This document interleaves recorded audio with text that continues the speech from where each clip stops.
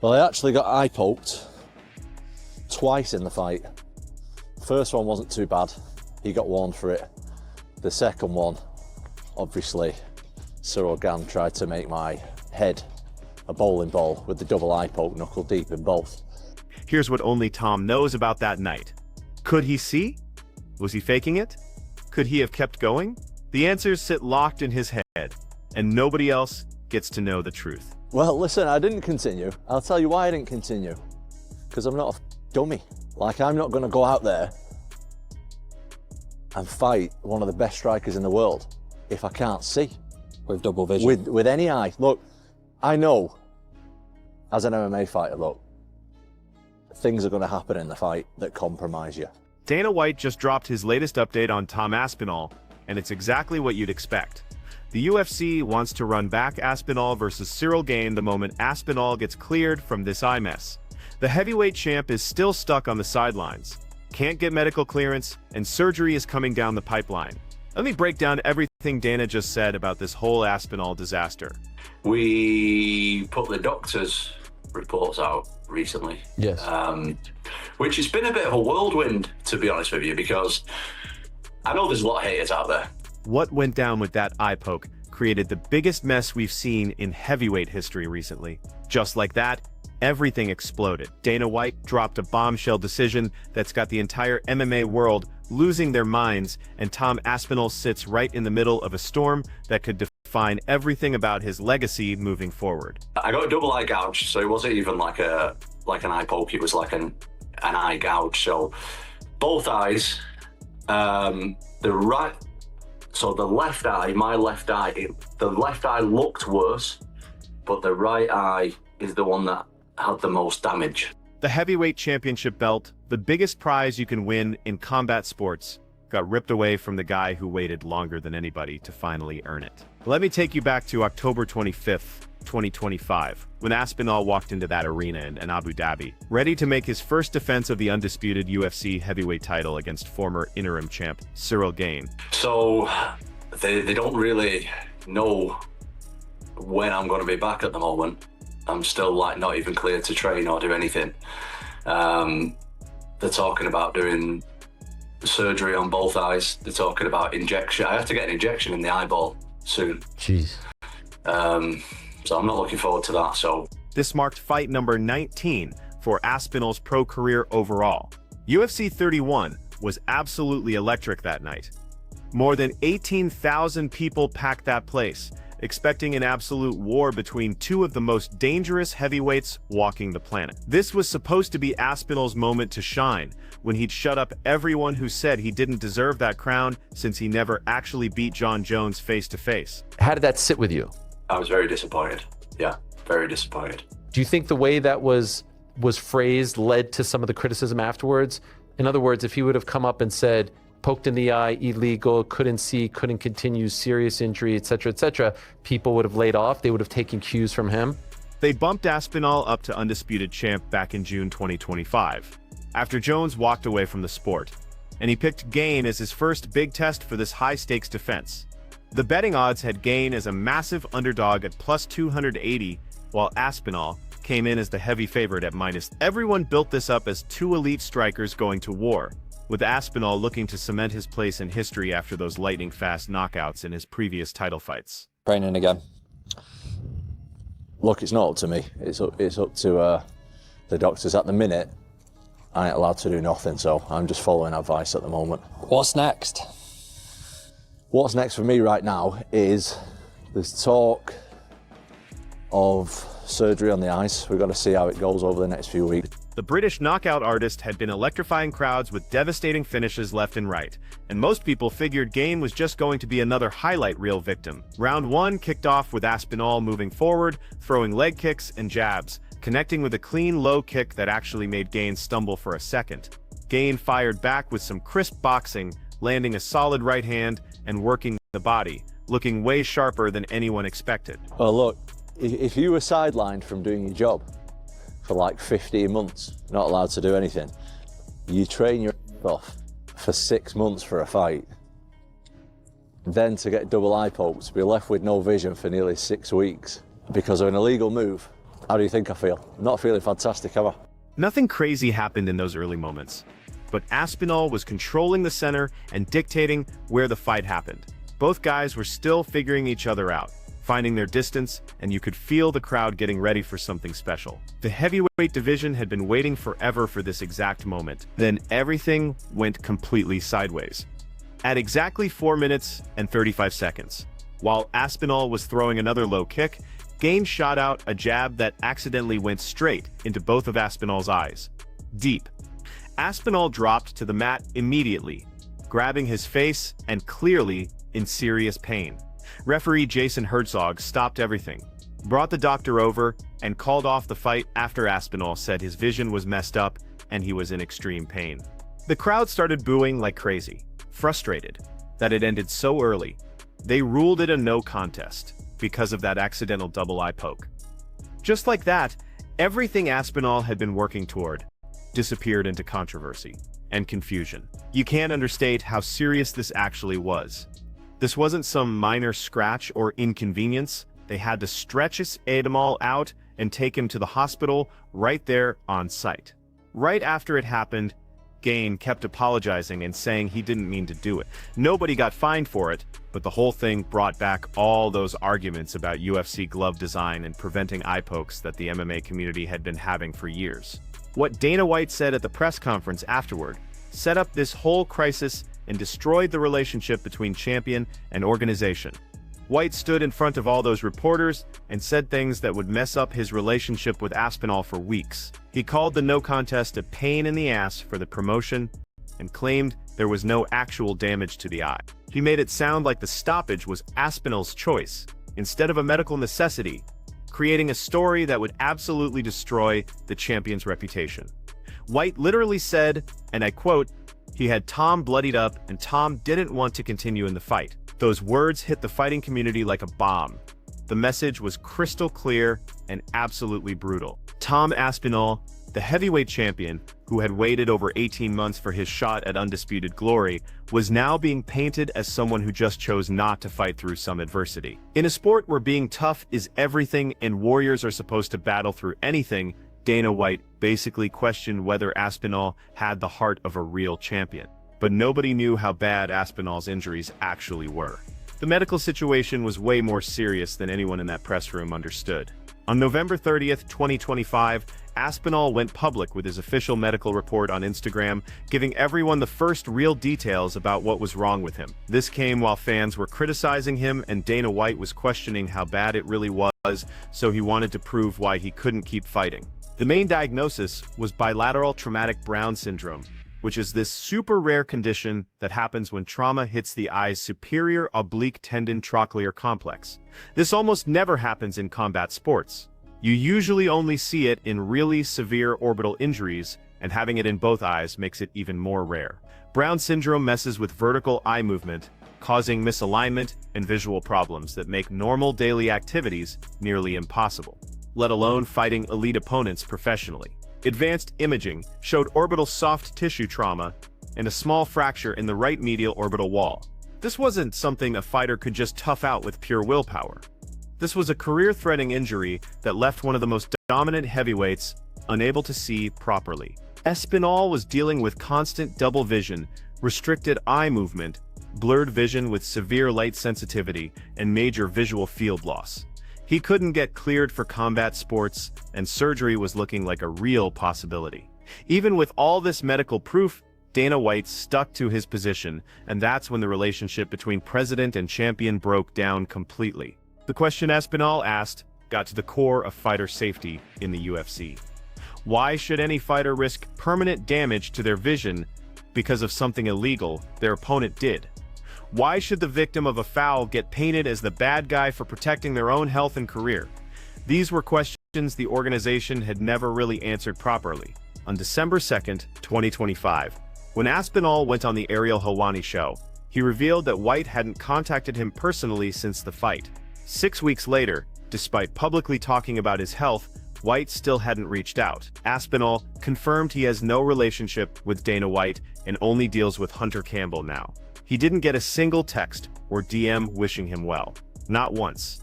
Not a single message in 6 weeks. Aspinall made it clear that Hunter Campbell, the UFC's chief business officer, had been offering medical help, but that was basically all the support he got from the organization. The difference between Campbell reaching out and White staying silent said everything about where Aspinall ranked in UFC priorities. One executive tried to help. The president remained completely silent. Between July 2024 and October 2025, Aspinall didn't fight because he was determined to face Jon Jones and turn down other opportunities, which brought the whole division to a stop. Now, with no clear timeline for recovery, with surgery talks happening, with no definite date for when Aspinall could actually return to action, Dana White faced a decision that many thought he'd never make against one of his own champions. The championship means more than just a belt around someone's waist. It represents how marketable an entire division is. It drives pay-per-view sales, sponsorship deals, and broadcasting rights negotiations. An inactive champion becomes a problem instead of an asset, no matter how they ended up inactive. The hospital visit in Abu Dhabi was a complete disaster. The facilities were completely overwhelmed. Aspinall described waiting 3 or 4 hours in an emergency room, the same kind of waiting room where regular people deal with minor injuries and drunk visitors. By the time someone actually saw him, the doctor seemed to have very limited knowledge about eye injuries.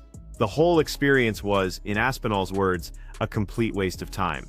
Real treatment didn't start until he got back to the UK. Over the next several weeks, Aspinall went through extensive testing. He was visiting hospitals 2 or 3 times every week. Specialists examined his eyes from every possible angle, running scans and tests to figure out how bad the damage really was. The diagnosis was terrible. They diagnosed Aspinall with bilateral traumatic Brown syndrome.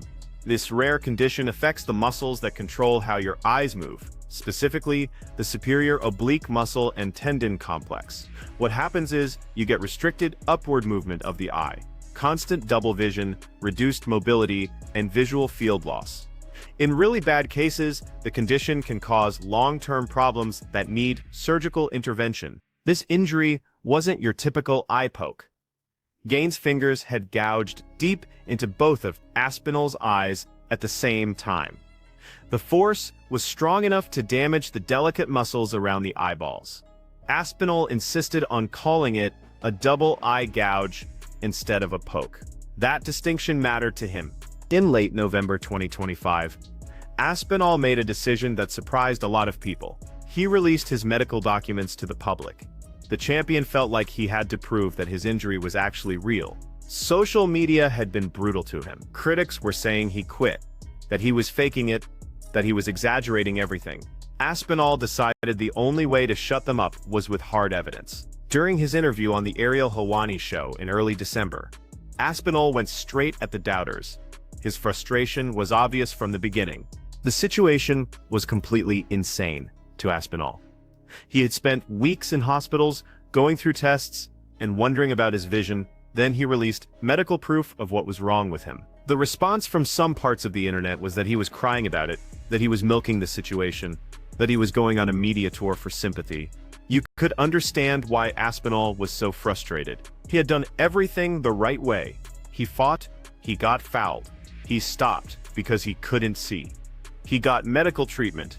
He provided documentation, and people were still blaming him for it. When someone asked about the injury itself, Aspinall drew a clear line between what happened to him and a regular eye poke. His description painted a clear picture of the damage. The double vision was the main thing stopping him from coming back. Aspinall explained that he couldn't train properly because sudden direction changes made him dizzy. The condition messed with his depth perception and spatial awareness, which are absolutely critical for a fighter who depends on timing and precision. The doctors talked about several treatment options with Aspinall. None of them sounded fun. The champion was looking at the possibility of injections directly into his eyeballs and surgery on one or maybe both eyes. This was the context Aspinall felt was missing when Dana White made his post-fight comments. The champion hadn't quit. He hadn't chosen to stop fighting. He literally could not see, continuing against a world-class striker like Cyril Gane, while blind, would have been dangerous, maybe career-ending. Aspinall made the only smart decision he could make. The mental toll was huge. Aspinall had waited over a year for this title defense, He had watched Jon Jones get special treatment while he held the interim belt. He had trained perfectly for Gan, studying tape, preparing game plans, and showing up in Abu Dhabi in the best shape of his life. All of that work disappeared in one moment because of a foul he didn't commit. Now, instead of celebrating a win or analyzing a loss, Aspinall was dealing with hospital visits and defending his character. The unfairness of it all weighed on him heavily. He was the victim of a foul, but he was the one getting criticized. It made no sense, but there it was, playing out in real time across social media and MMA forums. The tension between Tom Aspinall and Dana White exploded publicly in late November and early December 2025. What started as subtle disappointment turned into an open fight about communication, perception, and respect. For the first time ever, the heavyweight champion found himself going against the most powerful person in mixed martial arts. Aspinall publicly said he was disappointed in Dana White for commenting on his injury without talking to him directly. There were two problems. First, White had suggested that Aspinall chose not to continue instead of being physically unable to do so. Second, White hadn't reached out personally since the fight. For Aspinall, this felt like a complete betrayal of trust. He had been loyal to the company. He had taken short-notice fights when the UFC needed him. He had waited patiently during the whole Jon Jones situation, holding the interim title for over a year, while Jones got favorable treatment and ultimately retired without unifying the belts. Through all of that, Aspinall had stayed professional and supportive of the organization. Now, when he needed support, he felt completely abandoned. The UFC president hadn't called. The story coming from White's comments suggested that Aspinall had quit, and the champion was supposed to stay quiet about it. Aspinall chose not to stay quiet. In his own words, he defended his decision not to continue the fight. He went on various platforms, including his YouTube channel, where he shared footage from the hospital and his medical appointments. He wanted fans to understand that he wasn't exaggerating anything. According to MMA Fighting, Aspinall stated, "I'm not a fucking dummy. Why am I going to put my health at risk when I cannot see at all because of a foul?" He stressed that he was fighting a world-class striker in Cyril Gane. Continuing without vision would have been reckless, not brave. It would have been stupid. The criticism from fans had really hurt Aspinall. He talked about how cruel it was to be blamed for a foul that someone else committed against him. In most sports, the victim of a foul gets sympathy. In MMA, apparently, the victim is supposed to keep fighting no matter what injury they have or face accusations of being weak. Aspinall thought about this situation with a mix of disbelief and acceptance. He pointed out that if he had kept fighting and gotten knocked out, which was likely since he couldn't see, the same critics would have called him reckless. They would have said his ego was too big. There was no winning with these people, he concluded. They were just haters looking for reasons to tear down someone successful. The communication gap was especially frustrating for Aspinall. He revealed that White hadn't reached out to him personally since the fight. While UFC staff had been in contact and offered specialist help, the president himself hadn't bothered to call. For a reigning heavyweight champion, arguably one of the most marketable fighters in the sport, this felt like a complete snub. The situation was delicate. Aspinall was criticizing his boss in public. In the UFC, this rarely works out well for the fighter.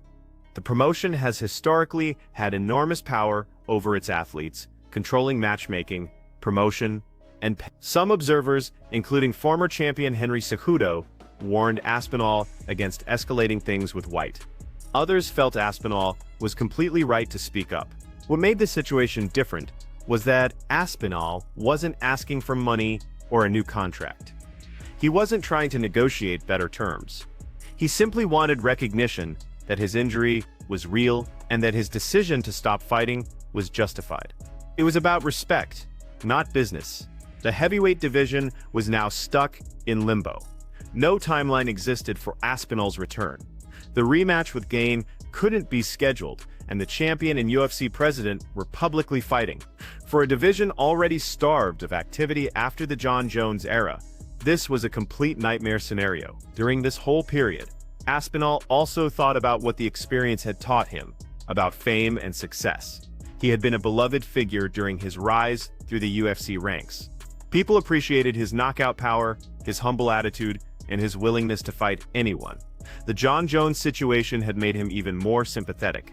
The young champion denied his chance at unification by a legend who refused to fight. And now that goodwill seemed to disappear overnight. Aspinall noticed that people will support you on the way up, but get uncomfortable once you reach the top. Success breeds resentment.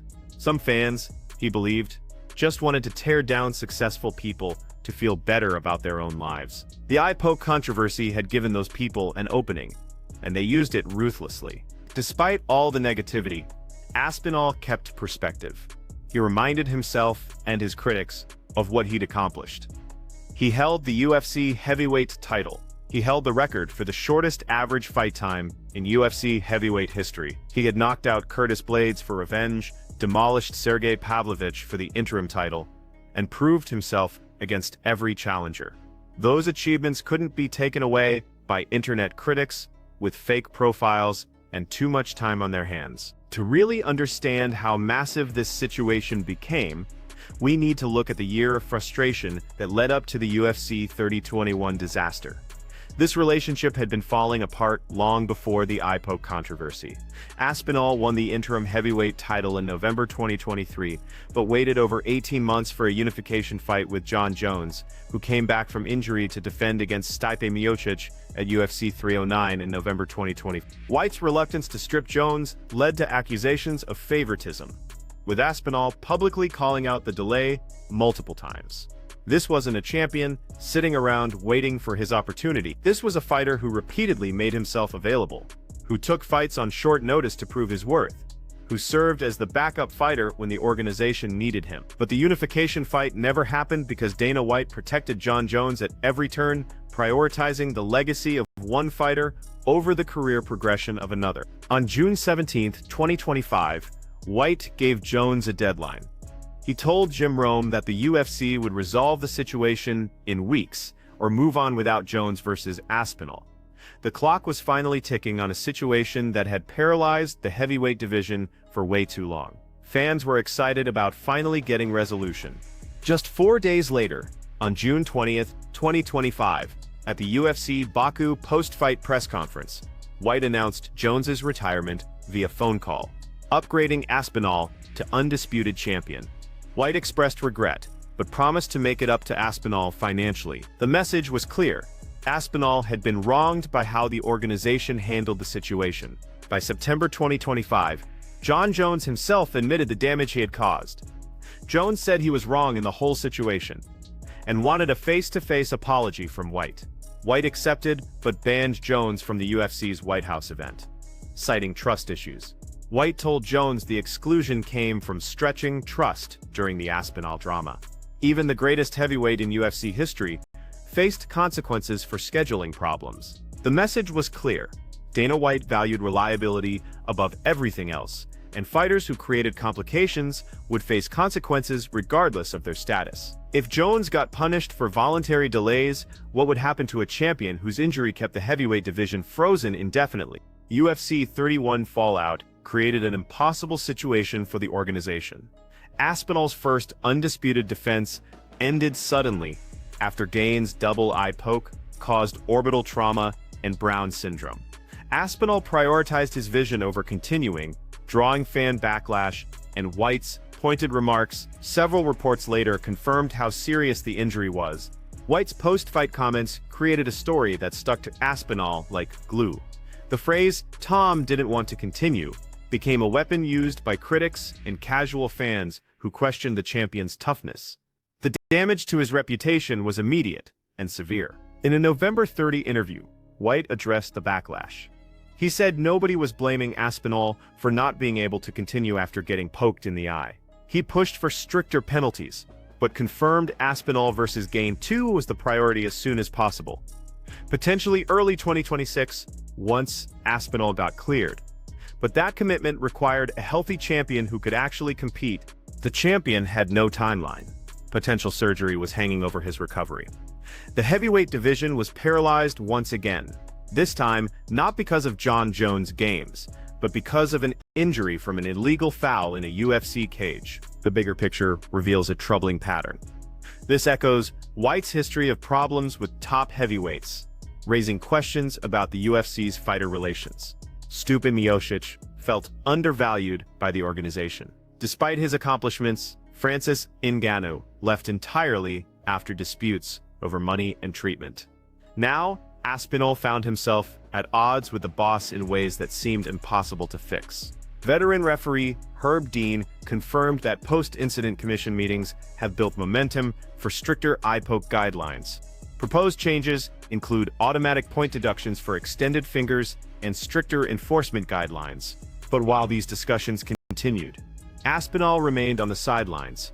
On November 23, 2025, White criticized Aspinall's threat to vacate if friend Ante Delija gets a shot, calling it insane. The friction between champion and promoter was getting worse each week, with both sides digging deeper into their positions. By November 30, Aspinall escalated his rhetoric against critics, emphasizing that fouls don't require fighting blind. The whole situation highlighted the UFC's fighter relations problems. The organization is quick to hype stars like Aspinall, but slow on post-injury support. It echoes past controversies and could pressure rule changes. But the immediate question remained: what would happen to the heavyweight championship? It's important to note that the UFC, and therefore Dana White, can strip a champion of their belt if there's prolonged inactivity or refusal to fight. This power has been used before. Conor McGregor got stripped. Georges St. Pierre got stripped. Tony Ferguson lost his interim belt.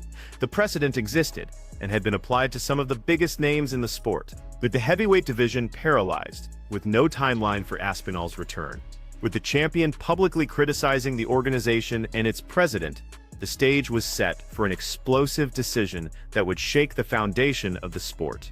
The question wasn't whether Dana White would act anymore, but when. The heavyweight division couldn't stay frozen indefinitely while the champion recovered from injuries that might require surgical intervention. As of late December 2025, Tom Aspinall remains sidelined with no official return date. The UFC heavyweight champion isn't medically cleared to train or fight. The surgery he mentioned, potentially on both eyes, is still ahead of him. His recovery timeline is uncertain, and the heavyweight division hangs in limbo as a result. In mid-December, Aspinall responded to a training video posted by Cyril Gane. The Frenchman had uploaded footage of himself working out, showing his readiness to fight. Aspinall's response was direct and personal. According to Bloody Elbow, Aspinall wrote, "I'm not medically cleared to fight, and about to have surgery thanks to your disgusting fingernails. I'll be back to smash your face in soon." The bad blood between Aspinall and Gane has gotten way worse since the no contest. Before the fight, both men kept things professionally respectful. Now Aspinall has accused Gane of intentional fouling, which is a serious allegation in combat sports. Gane, for his part, has kept training as if a rematch could happen any moment, seemingly unbothered by Aspinall's accusations. The rivalry is deeply personal now. When these two fighters meet again, the stakes will go beyond the heavyweight title. There will be serious animosity in that octagon. The question is when that meeting will happen. Recovery from bilateral traumatic Brown syndrome varies a lot. The condition can sometimes resolve naturally with conservative treatment. Steroid injections might reduce inflammation and restore mobility. In other cases, surgery is required, followed by months of rehabilitation. Medical experts have noted that recovery timelines for similar traumatic eye conditions can range from several months to over a year. Analysts and ESPN reports suggest that Aspinall could realistically return in mid to late 2026 at the earliest. This assumes the surgery goes well and his vision problems completely resolve. Any complications could push the timeline further into the future. The heavyweight division now faces prolonged uncertainty. Aspinall holds the undisputed title. No interim champion has been named. The contenders below him, Gane, Alexander Volkov, and others, are left waiting for clarity that might not come for many months. If Aspinall's recovery extends deep into 2026, the UFC might need to consider creating an interim title to keep the division active. This would echo situations in other weight classes where injured champions have been sidelined for extended periods. The welterweight and middleweight divisions have both navigated similar challenges in recent years. For now, Dana White's update remains the official position. The rematch with Gane will be rebooked as soon as Aspinall is healthy. The UFC is prepared to wait, but how long they wait and what happens in the meantime depends entirely on Aspinall's recovery. Aspinall has emphasized throughout this whole ordeal that he will only return when he's completely healthy. He's not willing to risk his long-term vision for a fight, no matter how big the stakes are. After everything he's been through, the Jon Jones wait, the Gane eye poke, the public scrutiny, the friction with Dana White, the heavyweight champion is prioritizing his health over his career. This decision makes complete sense. Athletes in combat sports face unique risks. The potential for permanent injury is always there. Aspinall's eyes aren't just tools of his trade, they're fundamental to his quality of life. Rushing back before he's fully healed could have consequences that extend far beyond the octagon. When he does return, the interest in his next fight will be enormous. The unfinished business with Gane demands a conclusion.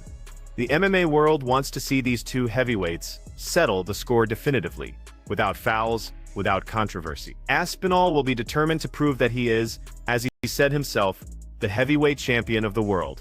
The story of Tom Aspinall and Dana White in late 2025 is ultimately about communication and perception. White's initial comments, delivered in the chaos of a post-fight press conference, landed differently than he intended. Aspinall, dealing with a serious injury and facing unfair criticism, felt abandoned by the organization he had served loyally. Both men had valid perspectives, but those perspectives crashed together in public view. What happens next will depend on Aspinall's recovery and the UFC's patience. If the champion returns to form and beats Gane decisively, this period will become a footnote in his career. If complications arise and his return gets delayed further, the heavyweight division might need to move on without him, at least temporarily. For now, Dana White's update is clear. The UFC believes in Tom Aspinall. They want him back, they want the rematch with Gane, and they're willing to wait for their heavyweight champion to heal completely, putting him back in harm's way. That's the major update, that's the situation, and that's where things stand as we head into